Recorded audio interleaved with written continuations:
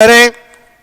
मैंने कहा बोलो कार्बन के, मैंने कहा क्रिस्टलीय, ठीक है, क्रिस्टलीय अपरूप। अगर आपसे मैं कह रहा हूं मैं क्रिस्टलाइन बोलो एलोट्रॉप्स की बात करूं, क्रिस्टलाइन, मैंने आपसे कहा एलोट्रॉप्स की बात करूं, मैंने कहा क्रिस्टलाइन एलोट्रॉप्स, हीरा बोलो ग्रेफाइट, आपसे मैं कह रहा हूं एंड फुलरिन, ठीक है, फुलरिन होते हैं। ओके, तो अगर हम इनके बारे में थोड़ा जाने, क्योंकि अक्सर एग्जाम में आता है हीरा यानी डायमंड, तो आपसे मैं कह रहा हूं इसके बारे में आपको क्या क्या पता होना चाहिए। नंबर 1, पहली बात आपसे मैं कह रहा हूं इसका संकरण क्या होता है, हाइब्रिडाइजेशन sp3। बोलो मैंने कहा हीरे में, ठीक है, हीरे की संरचना में प्रत्येक कार्बन बोलो 4 कार्बन से जुड़ा बोलो होता है, ठीक है, जुड़ा होता है। मेरे कहने का मतलब है हर कार्बन कितने कार्बन से जुड़ा होता है, 4 कार्बन से जुड़ा होता है, ठीक है। इस तरह से आपसे मैं कह रहा हूं बोलो इनकी स्ट्रक्चर होती है। हर कार्बन कितने से जुड़ा होता है, 4 कार्बन से। तो इसका मतलब कैसी स्ट्रक्चर हो गई बोलो, टेट्राहेड्रल। ओके, चतुष्फलकीय, आप समझ, चतुष्फलकीय। इसी तरह से आपसे मैंने कहा नंबर 3 की बात करें, बोलो हीरा विद्युत का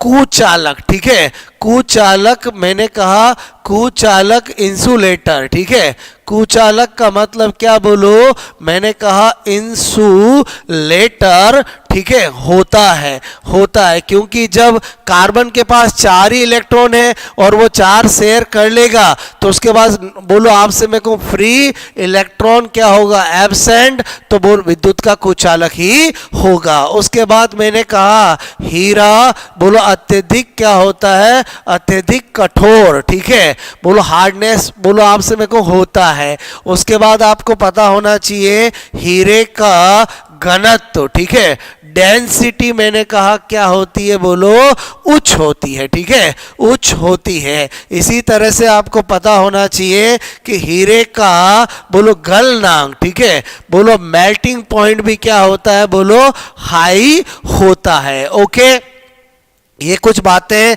जो आपको हीरे के बारे में पता होनी चाहिए। इसी तरह से नंबर 2 है ग्रेफाइट। अगर हम ग्रेफाइट की बात करें बोलो, ग्रेफाइट की बात करें तो मैंने कहा ग्रेफाइट के लिए नंबर 1 पहला पॉइंट संकरण क्या होता, हाइब्रिडाइजेशन sp2, क्लियर। उसके बाद मैंने कहा ग्रेफाइट बोलो की संरचना जो होती है, संरचना वो हेक्सागोनल प्लानर, बोलो क्या होती है, मैंने कहा हेक्सागोनल प्लेनर, ठीक है, प्लेनर मतलब समतल, आपसे मैं कहूँ षडभुजीय, हेक्सागोनल प्लेनर होती है। और उसके बाद ग्रेफाइट, ठीक है, ग्रेफाइट की संरचना, ठीक है, संरचना में प्रत्येक कार्बन 3 कार्बन से जुड़ा होता है, ठीक है, जुड़ा होता है। अगर ऐसी बात होगी कि हर कार्बन बोलो आपसे मैं कह रहा हूं 3 कार्बन से जुड़ा होगा तो एक तो फ्री इलेक्ट्रॉन होगा ही होगा, तो इसका मतलब हुआ कि ग्रेफाइट जो है, ग्रेफाइट विद्युत का क्या होता है, विद्युत का सुचालक, गुड कंडक्टर ऑफ आपसे इलेक्ट्रिसिटी, ठीक है, बोलो विद्युत का सुचालक होता है। कभी भी कारण पूछे तो कारण क्या होगा बोलो, presence of free electron, presence of free electron, मुक्त इलेक्ट्रॉन की उपस्थिति के कारण। मेरी बात समझ में आई बोलो।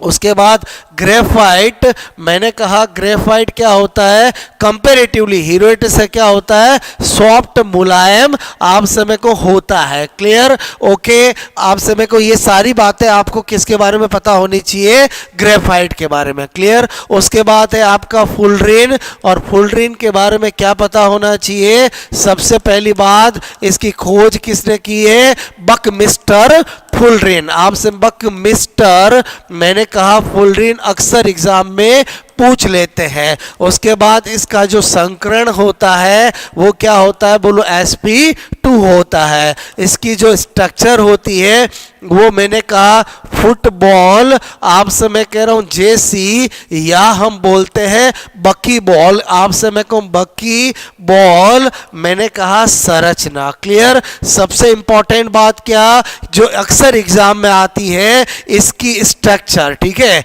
इसकी स्ट्रक्चर में मैंने कहा 6 कार्बन रिंग जो होती है, बोलो की संख्या, आपसे मैं कह रहा हूं कितनी, 20, और 5 कार्बन रिंग बोलो की संख्या जो होती है वो 12 होती है। ये मैं किसकी बात कर रहा हूं, C60 जो बक मिस्टर फुलरिन ने खोजा था उसकी बात कर रहा हूं। और ये अक्सर एग्जाम में पूछा जाता है। वेरी सिंपल, ज्यादा कार्बन वाली ज्यादा संख्या, कम कार्बन वाली कम संख्या। क्लियर? आई होप आपको मेरी बात समझ में आ रही होगी। ये भी क्या होता है, विद्युत का, बोलो विद्युत का कुचालक। क्लियर? इंसुलेटर, मैंने कहा इंसुलेटर होता है। क्लियर? आई होप आपको मेरी बात समझ में आई होगी।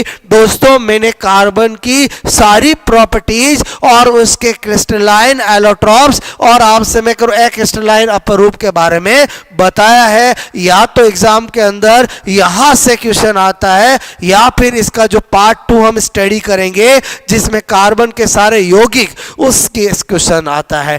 आई होप आपको बोलो जो मैंने बताया वो समझ में आया होगा। क्लियर? बोलो आपसे मेरे को कमेंट्स करके बताएं, क्योंकि प्रॉपर्टीज बहुत इंपॉर्टेंट होती है कार्बन की। ओके, अच्छे से स्टडी करें और आपसे मैं बेस्ट ऑफ लक। बोलो स्टडी करते रहे और आपसे मेरे को अपने फंडे लॉजिक क्लियर करें। जो चीजें याद करने की है उसमें आपके पास कोई ना कोई कॉन्सेप्ट होना चाहिए। Okay, best of luck.